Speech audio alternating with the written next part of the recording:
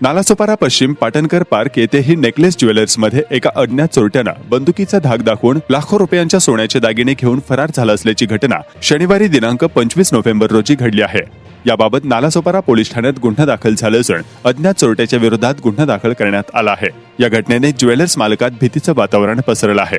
नालासोपारा पश्चिम necklace ज्वेलर्सच्या दुकानात दुपारी 1:30 ते 2च्या सुमारास एक अज्ञात व्यक्ती ज्वेलर्समध्ये आला। काही चांदीचे दागिने त्याने खरेदी केले। नंतर आमच्या लग्नाचा वाढदिवस आहे, माझी पत्नी येते आणि आम्हाला सोन्याचे दागिने दाखव असे सांगून दुकानाच्या बाहेर 1 तास टाइमपास केला। नंतर पुन्हा दुकानात येऊन बॅगमधील पिस्तूल काढून ज्वेलर्स मालकावर लावून दुकानातील सोन्याचे दागिने घेऊन फरार झाला। यामध्ये दुकान मालक आणि चोरटा यांच्यामध्ये झटापट सुद्धा झाले, पण चोरटा सामान घेऊन फरार होण्यात यशस्वी झाला। आज दोपहर की बात है, लगभग 1:30 से 2 बजे के बीच में एक अज्ञात व्यक्ति नेकलेस ज्वेलर्स नामक दुकान में, जिसके सामने हम लोग खड़े हैं, वहाँ पर आया और उसने कुछ सामान दिखाने के बहाने अंदर एंट्री ली। अंदर एंट्री लेकर उन्होंने पहले उनसे कहा कि कोई चांदी का सामान दिखाइए। चांदी का सामान दिखाया, शायद उसने उसको परचेस भी किया और उसके बाद में उसने सोने के सामान की डिमांड की और कहा कि आज मेरी एनिवर्सरी और मेरी वाइफ भी घर से आ रही है, तो आप आज गोल्ड का भी मुझे सामान दिखा दीजिए, मेरी वाइफ को मैं बुला रहा हूँ। और उसने फ़ोन निकालकर बाहर जाकर फ़ोन पे कुछ बात की।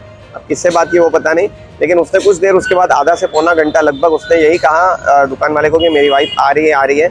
सुरेश जी जो दुकान में अकेले थे, उन्हें लगा कि चलो कोई पहचान के कस्टमर है, उनके थ्रू आए हैं, क्योंकि उसने बताया था कि मैं किसी पहचान के कस्टमर के थ्रू आया हूँ, नाम भी लिया था।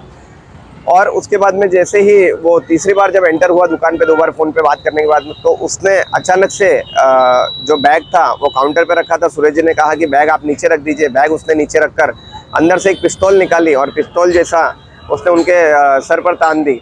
सुरेश जी को वहाँ पर थोड़ा डाउट हुआ कि ये पिस्तौल शायद असली है नकली, उन्हें पता नहीं, लेकिन उन्होंने फिर भी उस पिस्तौल को एक हाथ से साइड में कर उससे फाइट की और बहुत ही संघर्ष किया। लगभग दोनों के बीच में 10 से 15 मिनट का संघर्ष चला।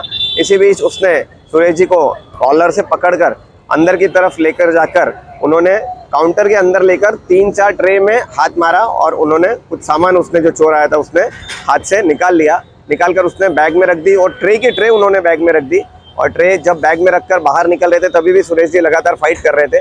फाइट करते करते उनके धक्का मुक्की हुई और गेट के यहाँ पर भी वो लगातार अंदर खींच रहे थे, जैसे कि हम लोग फुटेज में भी देख चुके हैं कि गेट के यहाँ पे उन्होंने लगातार अकेले होकर भी इतनी फाइट की।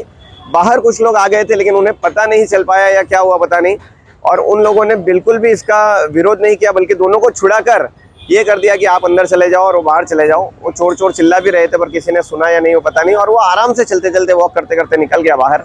लाखों रुपए का नुकसान हो गया ज्वेलर्स को। और ये चीज़ जो हो रही है, कोई मतलब ये नहीं है, आम हो गया है आजकल ज्वेलर्स के साथ में।